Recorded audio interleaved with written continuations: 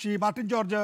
ആ, ലഭ്യമായിട്ടുള്ള വാർത്തകൾ അനുസരിച്ച് ശ്രീ പി ജയരാജൻ ഇപ്പോൾ പ്രതികരിക്കുകയാണ്. CPM-ന്റെ ഏരിയ കമ്മിറ്റി അംഗവും ലോക്കൽ കമ്മിറ്റി അംഗവും മരിച്ചയാളുടെ വീട് സന്ദർശിച്ചു എന്ന വാർത്തയോട്. പക്ഷേ അത് സാധാരണഗതിയിൽ മരണ വീടാകുമ്പോൾ ഈ മരിച്ച ആളുകൾക്ക് ബന്ധുക്കൾ ഉണ്ടാകും, അച്ഛനും അമ്മയൊക്കെ ഉണ്ടാകും. അവരുമായിട്ടുള്ള ബന്ധുത്വത്തിൻ്റെ പേരിലോ സൗഹൃദത്തിൻ്റെ പേരിലോ ആരെങ്കിലുമൊക്കെ ആ വീട് സന്ദർശിച്ചിട്ടുണ്ട് എങ്കിൽ അതിൽ തെറ്റില്ല എന്ന ന്യായവാദമാണ് ശ്രീ പി ജയരാജൻ പറയുന്നത്. മാർട്ടിൻ ജോർജിൻ്റെ വാദം എന്താണ്? CPM-നെ സംബന്ധിച്ചിടത്തോളം CPM എപ്പോഴും പറയുന്ന കാര്യം ഇത് തന്നെയാണ്. ഇത് പല സമയങ്ങളിലായി പലയിടത്ത് നടന്നിരിക്കുന്ന ബോംബ് സ്ഫോടനങ്ങൾ എടുത്ത് പരിശോധിച്ചാൽ നമുക്കത് വളരെ കൃത്യമായി മനസ്സിലാകുകയാണ്.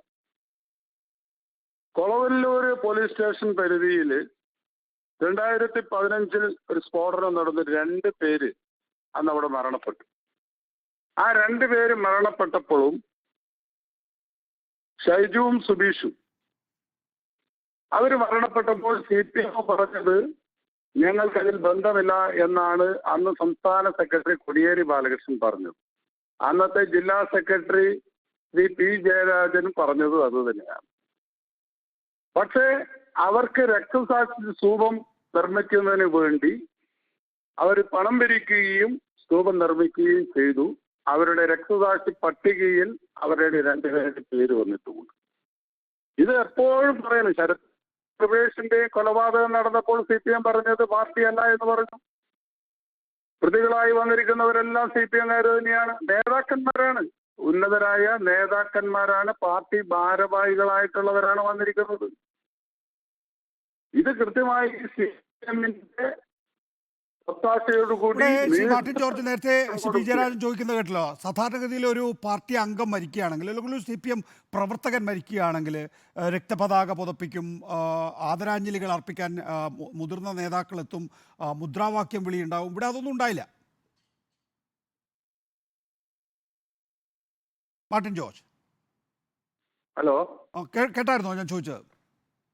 അതിന്റെ ഇടയിൽ സംസാരം നടക്കുന്നുണ്ട്, അതുകൊണ്ട് കേൾക്കുന്നില്ല. അല്ല, ഞാൻ ചോദിച്ചത് ഇത്രയേ ഉള്ളൂ. നേരത്തെ ശ്രീ പി ജയരാജൻ പറയുകയായിരുന്നു, ഒരു പാർട്ടി അംഗമോ അല്ലെങ്കിൽ ഒരു CPM പ്രവർത്തകനോ മരിച്ചാൽ രക്തപതാക പുതപ്പിക്കും, മുദ്രാവാക്യം വിളി ഉണ്ടാകും, മുതിർന്ന നേതാക്കളെത്തി ആദരാഞ്ജലി അർപ്പിക്കും. അതൊന്നും ഇവിടെ ഉണ്ടായില്ലല്ലോ എന്നാണ്. അത് സ്വാഭാവികമായും അടുത്ത തെരഞ്ഞെടുപ്പിന്റെ സമയത്ത് അവിടെ പോയി മുദ്രാവാക്യം വിളിയും അതിന്റെ ഉത്തരവാദിത്വം ഏറ്റെടുക്കാൻ സ്വാഭാവികമായി CPM നിൽക്കില്ല. നിങ്ങൾ മനസ്സിലാക്കേണ്ടത്, കഴിഞ്ഞ നിയമസഭാ തെരഞ്ഞെടുപ്പിന്റെ സമയത്തും ഇതുപോലെ കോപ്പുകൂട്ടി അക്രമം നടത്തി ഒരു യൂത്ത് ലീഗിന്റെ പ്രവർത്തകൻ മരണപ്പെട്ടിട്ടുണ്ട്. ഇത് സത്യത്തിൽ തെരഞ്ഞെടുപ്പിനോട് മുന്നോടിയായി ജില്ലയിൽ അക്രമം ഉണ്ടാക്കാൻ വേണ്ടി CPM എടുത്തിരിക്കുന്ന നിലപാടാണ്. ഇത് എത്ര ബോംബുകൾ പിടിച്ചെടുത്തു നിങ്ങൾ മനസ്സിലാക്കണം. ഇന്നലെ ഷാഫി ചോദിച്ചതുപോലെ ഈ ബോംബ് പൊട്ടി അവര് മരിച്ചു എന്നല്ല, ആ ബോംബ് ആരുടെ മേലായിരുന്നു പതിയുക?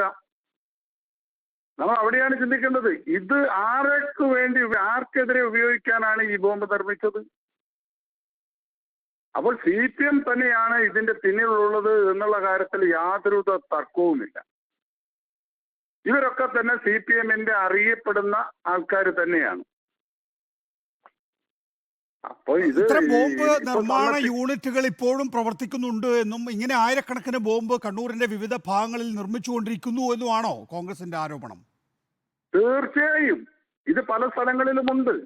കാരണം ഇത് CPM നിർത്തിയിട്ടില്ല എന്നുള്ളതിന്റെ ഏറ്റവും വലിയ ഒരു പാവപ്പെട്ട മനുഷ്യൻ അവിടെ ലൈഫിന്റെ പദ്ധതിയിൽ വീട്ടിൽ പോയി അവിടെ നിർമ്മാണം, അത് CPM-വുമായി ബന്ധപ്പെട്ട പ്രദേശമാണ്. അതിൽ നമ്മൾ അങ്ങോട്ട് ചെന്നപ്പോൾ ഞാനടക്കം ചെന്നപ്പോൾ പോലീസ് അതിനെ തടയുകയാണ്. അവിടെയുള്ള ദൃശ്യങ്ങളൊക്കെ അവിടെ മാറ്റി തെളിവുകൾ നശിപ്പിക്കാൻ വേണ്ടിയുള്ള അവസരങ്ങൾ അവിടെ ഒരുക്കി കൊടുക്കുന്നു.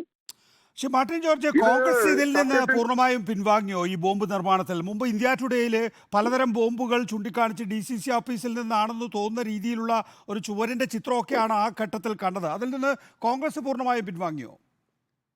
കോൺഗ്രസ് ഇപ്പോൾ സംഭവം അക്രമം നടത്തിയിരിക്കുന്നത് ചൂണ്ടിക്കാട്ടു. എവിടെയാണ് പിടിച്ചിരിക്കുന്നത്? റൈറ്റ് മാർട്ടിൻ ജോർജ് ആണ് ഡി സി സി തവണ പ്രസിഡന്റ്.